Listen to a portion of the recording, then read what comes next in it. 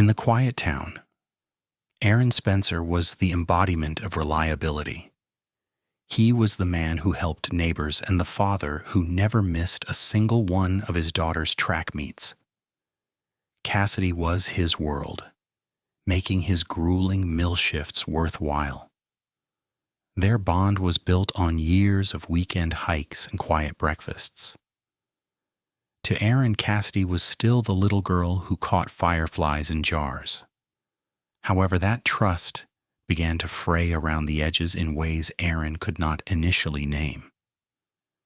It started with a heavy silence that followed Cassidy into every room. She would jump at the slightest sound, her eyes darting to the door whenever a notification chimed. Aaron watched with a growing sense of helplessness as his daughter drifted further away into a digital world he did not understand. The vibrant girl was being hollowed out by a secret, or her anxiety manifesting in a distant, haunted look. He missed the sound of her voice. The breaking point came on a Tuesday night when the house was unusually still. Cassidy had fallen asleep on the sofa, her phone slipping from her hand. Driven by instinct, Aaron picked it up. His heart felt like lead. The messages he scrolled through were a chilling chronicle of grooming. It was a parent's nightmare. An older man, hiding behind a facade of understanding, had spent months eroding Cassidy's boundaries. He spoke of a secret life they would share, a place where no one would understand her. The final message was a set of coordinates for a meeting in the dense woods bordering the county line, scheduled for the following evening. The next morning, Aaron stood in the local sheriff's office, his hands trembling as he laid the phone on the desk. He expected action, sirens, and immediate protection. Instead, he met the bureaucratic limitations of a small-town force stretched too thin. The deputy explained that while the messages were disturbing, no physical crime had yet been committed. They lacked the resources for an immediate sting and warned Aaron against interfering. "Let us handle the investigation, Aaron," they told him. But the words felt hollow.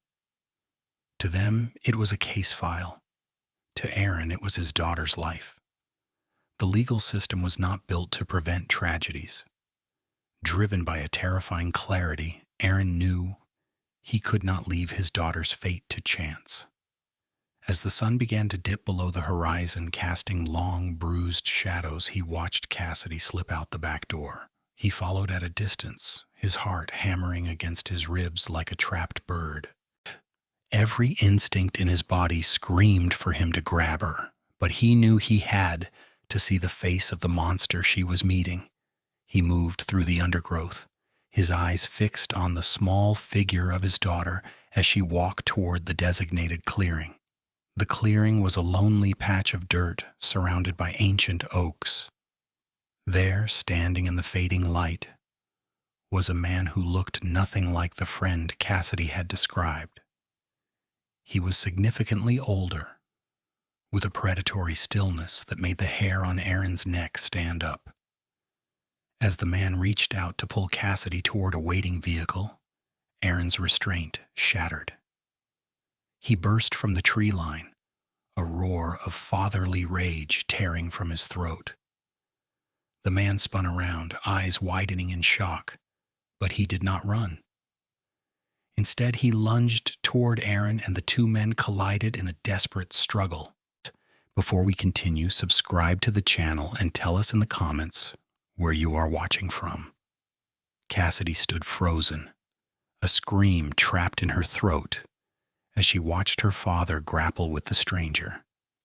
In the chaos, the glint of metal caught the last rays of the sun. A deafening crack echoed through the trees.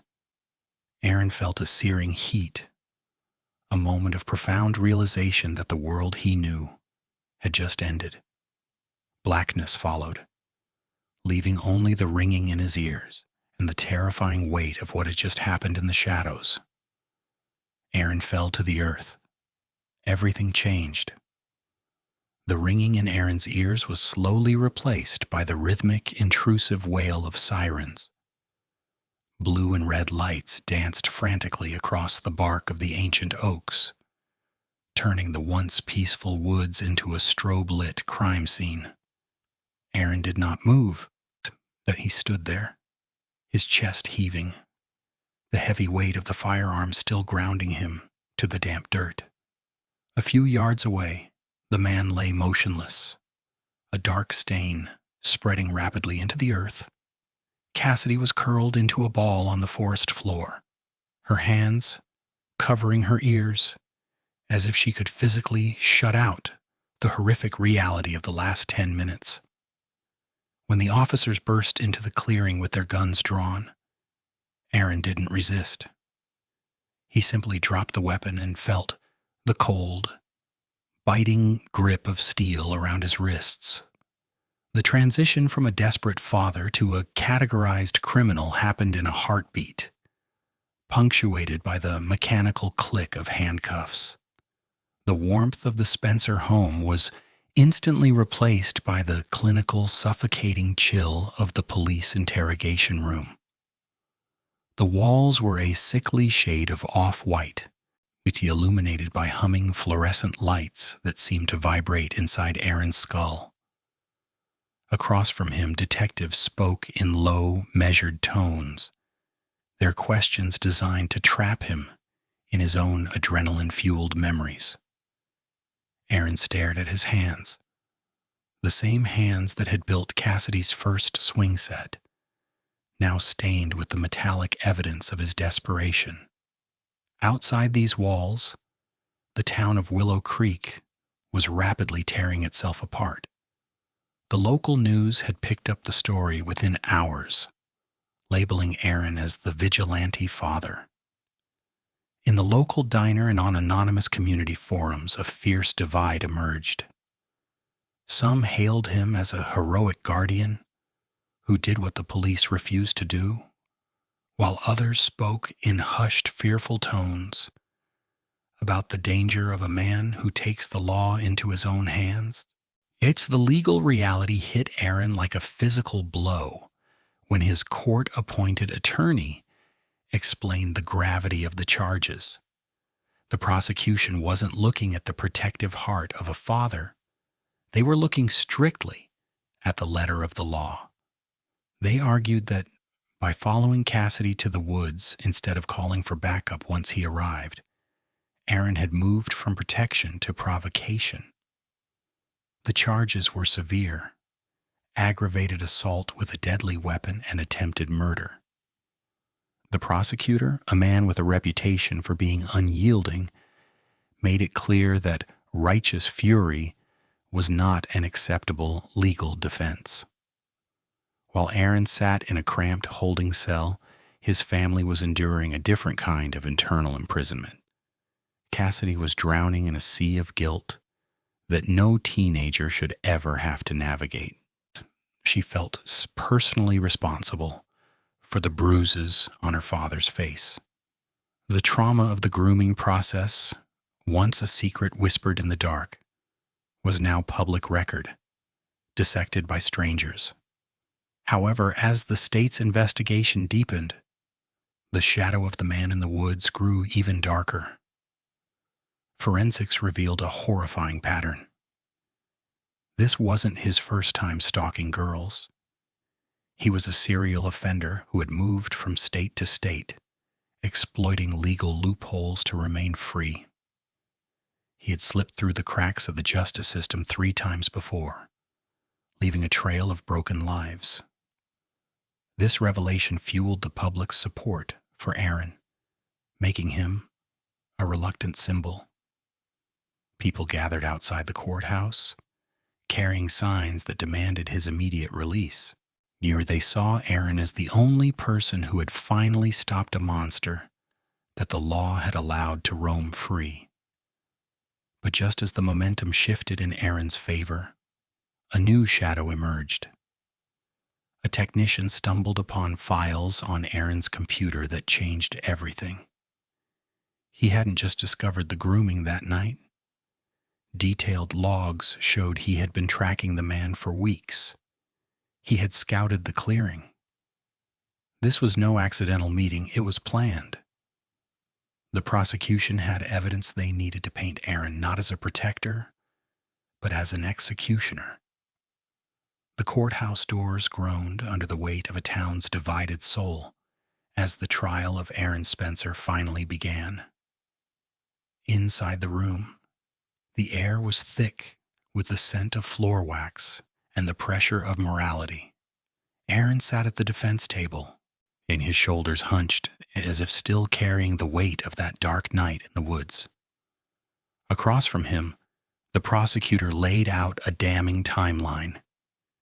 He presented the digital trail of a man who had not simply reacted in a moment of panic, but had meticulously tracked a target.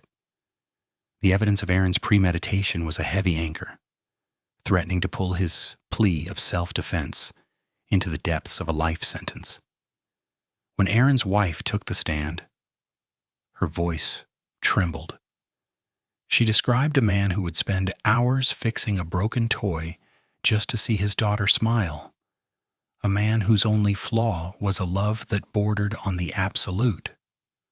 But the room fell silent when Cassidy was called to testify. She looked smaller than she had weeks ago, her eyes darting toward the father who had risked everything to save her.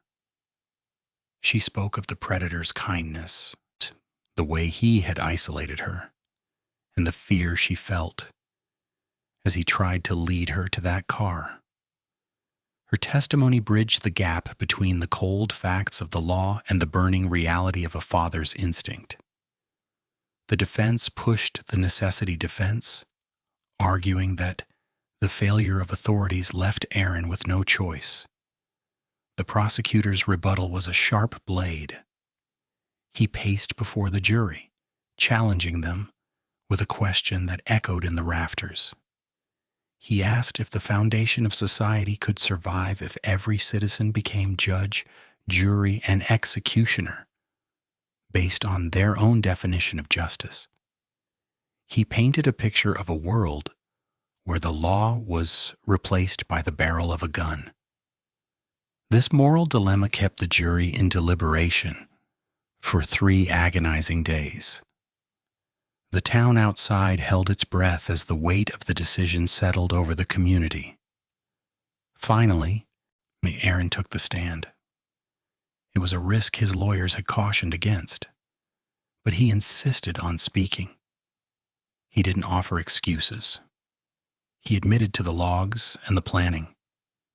His voice was raw, echoing with the exhaustion of a man who had already seen the end of his world. He told the jury that he didn't want to be a hero. He simply refused to be a mourner.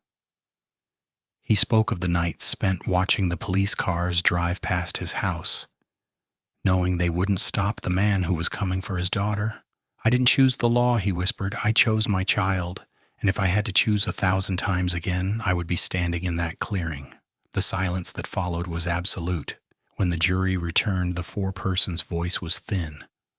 Aaron was found not guilty of attempted murder, but the jury could not ignore the premeditation, for they returned a verdict of guilty for the lesser charge of aggravated assault. The judge sentenced Aaron to time already served and a period of strict probation, noting the predator's horrific history of serial offenses. The walk down the courthouse steps was not a celebratory parade, but a quiet exit. Life in their town would never return to the innocence of the past. Cassidy and Aaron began the slow process of healing, their bond marked by a shared trauma.